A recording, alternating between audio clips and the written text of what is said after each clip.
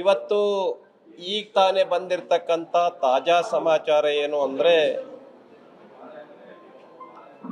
ಮಹರ್ಷಿ ವಾಲ್ಮೀಕಿ ಅಭಿವೃದ್ಧಿ ನಿಗಮದಲ್ಲಾಗಿರ್ತಕ್ಕಂಥ 187 ಕೋಟಿ ಭ್ರಷ್ಟಾಚಾರದ ಪ್ರಕರಣದಲ್ಲಿ ರಾಜೀನಾಮೆಯನ್ನ ಕೊಟ್ಟಿದ್ದಾರೆ ನಾಗೇಂದ್ರ ಅವರು. ನಾಗೇಂದ್ರ ಅವರ ಮೂಲಕ ಭ್ರಷ್ಟಾಚಾರವನ್ನ ಮಾಡಿಸಿ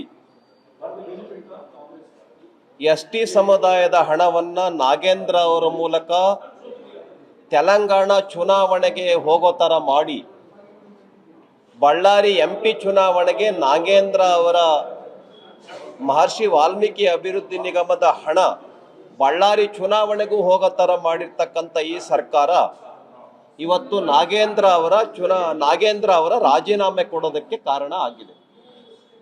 ನಾನು ಸರ್ಕಾರವನ್ನೇ ಕೇಳ್ತೇನೆ, ಬಿಜೆಪಿಯವರು ಆದಿವಾಸಿ ವಿರೋಧಿಗಳು, ಎಸ್ಟಿ ವಿರೋಧಿಗಳು, ದಲಿತ ವಿರೋಧಿಗಳು ಅಂತ ಹೇಳ್ತಾ ಇದ್ದಾರಲ್ಲ, ಕಾಂಗ್ರೆಸ್ ಪಾರ್ಟಿನೇ, ಕಾಂಗ್ರೆಸ್ ಸರ್ಕಾರನೇ ದಲಿತ ವಿರೋಧಿ, ಕಾಂಗ್ರೆಸ್ ಸರ್ಕಾರನೇ ಆದಿವಾಸಿ ವಿರೋಧಿ. ಹೇಗೆ ಅಂತಂದ್ರೆ ಆ ಹಣ ಏನಿದೆ 187 ಕೋಟಿ ಹಣ, ಅದು ಎಸ್ಟಿ ಸಮುದಾಯದ ಕಲ್ಯಾಣಕ್ಕೆ ಮೀಸಲಿಟ್ಟತಕ್ಕಂಥ ಹಣ. ಆದಿವಾಸಿ ವಿದ್ಯಾರ್ಥಿಗಳಿಗೆ, ಎಸ್ಟಿ ವಿದ್ಯಾರ್ಥಿಗಳಿಗೆ, ಎಸ್ಟಿ ರೈತರಿಗೆ, ಎಸ್ಟಿ ಸಣ್ಣ ಪುಟ್ಟ ಬಿಸಿನೆಸ್ ಮಾಡ್ತಕ್ಕಂಥವ್ರಿಗೆ, ಮಹಿಳೆಯರಿಗೆ, ಅವ್ರಿಗೆ ಸಮುದಾಯ ಭವನವನ್ನು ಕಟ್ಕೊಡೋದಕ್ಕೆ, ಸಣ್ಣ ಪುಟ್ಟ ವ್ಯಾಪಾರ ಉದ್ದಿಮೆಗಳನ್ನು ಮಾಡೋದಕ್ಕೆ, ವಿದ್ಯಾರ್ಥಿಗಳ ಸ್ಕಾಲರ್ಶಿಪ್ ಅನ್ನು ಕೊಡೋದಕ್ಕೆ ಮೀಸಲಾಗಿಟ್ಟಿರ್ತಕ್ಕಂಥ 189 ಕೋಟಿ ಹಣವನ್ನ ತೆಲಂಗಾಣಕ್ಕೆ ಕಳಿಸಿದ್ಯಾಕೆ ಅನ್ನೋದನ್ನ ನಾನು ಕೇಳ್ತೇನೆ. ಹಾಗಾಗಿ ಮುಖ್ಯಮಂತ್ರಿಗಳು ಕೂಡ ಇದರ ನೈತಿಕ ಹೊಣೆಯನ್ನ ಹೊರಬೇಕು, ಬರೀ ನಾಗೇಂದ್ರ ಅಷ್ಟೇ ಅಲ್ಲ. ಹಾಗಾಗಿ ನಾಗೇಂದ್ರ ಅವರು ಕೊಟ್ಟಿರ್ತಕ್ಕಂಥ ರಾಜೀನಾಮೆಯನ್ನ ನಾವು ಸ್ವಾಗತ ಮಾಡ್ತೇವೆ. ಮತ್ತು 14 ಜನ ಬಂಧನಾಗಿದೆ ಅಧಿಕಾರಿಗಳದು.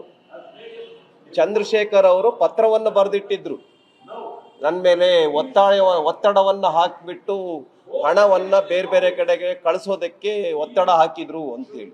ಈ ಎಲ್ಲ ಪರಿಣಾಮವಾಗಿ ಬಿಜೆಪಿ JDS ಸದನದಲ್ಲಿ ಮತ್ತು ಇಡೀ ಸ್ಟೇಟ್ ಅಲ್ಲಿ ಮಾಡಿದ್ದರ ಹೋರಾಟದ ಪ್ರತಿಫಲವಾಗಿ ಇವತ್ತು ರಾಜೀನಾಮೆಯನ್ನ ಕೊಡಬೇಕಾಯ್ತು. ಇದನ್ನ ನಾವು ಸ್ವಾಗತ ಮಾಡ್ತೀವಿ. ಇನ್ನೂ ನಾವು ಕೇಳ್ತೇವೆ, ಜನತಾ ನ್ಯಾಯಾಲಯಕ್ಕೆ ಹೋಗೋಣ ಬನ್ನಿ ಅಂತ ಕರೆದಿದ್ದಾರೆ. ಎಸ್, ಬರೇ ನಾಗೇಂದ್ರ ಅಷ್ಟೇ ಅಲ್ಲ, ಮುಖ್ಯಮಂತ್ರಿಗಳು ಕೂಡ ರಾಜೀನಾಮೆಯನ್ನ ಕೊಟ್ಟು ಬರಲಿ. ಯಾಕೆ ಅಂತ ಹೇಳಿದ್ರೆ ಇದೊಂದು ಕರಪ್ಟ್ ಗವರ್ನಮೆಂಟ್. ಅಬಕಾರಿ ಇಲಾಖೆನಲ್ಲಿ 1000 ಕೋಟಿ ಭ್ರಷ್ಟಾಚಾರ ಆಗಿದೆ.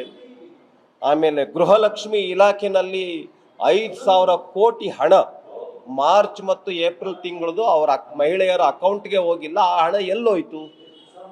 ಅದರ ಲೆಕ್ಕಾಚಾರ ಆಗಬೇಕಾಗಿದೆ. ಕೆಪಿಎಸ್ಸಿ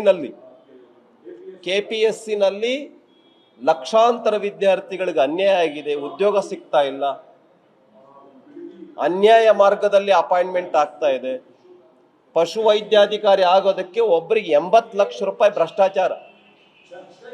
ಈ ತರ ಭ್ರಷ್ಟಾಚಾರ ನಡೀತಾ ಇದೆ. ಕಾರ್ಮಿಕ ಇಲಾಖೆಯಲ್ಲಿ 1000 ಕೋಟಿ ಭ್ರಷ್ಟಾಚಾರ ಆಗಿದೆ.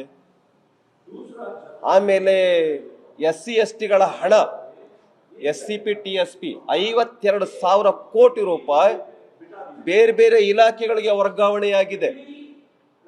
ಹೀಗೆ ಈ ಸರ್ಕಾರ ನಂಬರ್ 1 ಭ್ರಷ್ಟ ಸರ್ಕಾರ. ಇದೊಂದು ಮಹಿಳಾ ವಿರೋಧಿ ಸರ್ಕಾರ, ರೈತ ವಿರೋಧಿ ಸರ್ಕಾರ. ರೈತರಿಗೆ ನೆರವನ್ನ ಕೊಡೋದು ಬಿಟ್ಟು 101 ತಾಲೂಕಿನಲ್ಲಿ ಮಾತ್ರ ಬರ ಇದೆ ಅಂತ ಅನೌನ್ಸ್ಮೆಂಟ್ ಮಾಡಿದೆ ಈ ಸರ್ಕಾರ. 101 ತಾಲೂಕಲ್ಲ, ಹತ್ತತ್ರ 200 ತಾಲೂಕಲ್ಲಿ ಬರ ಇದೆ. ಈ ಎಲ್ಲ ವಿಷಯಗಳನ್ನು ತೆಗೆದುಕೊಂಡು ನಾವು ಹೋರಾಟ ಮಾಡ್ತೀವಿ. ಬನ್ನಿ ಜನತಾ ನ್ಯಾಯಾಲಯಕ್ಕೆ ಹೋಗೋಣ. ಬರೀ ನಾಗೇಂದ್ರ ಅಲ್ಲ, ಮುಖ್ಯಮಂತ್ರಿಗಳೇ ರಾಜೀನಾಮೆಯನ್ನು ಕೊಟ್ಟು ಬರಲಿ, ಹೋಗೋಣ ಚುನಾವಣೆಗೆ.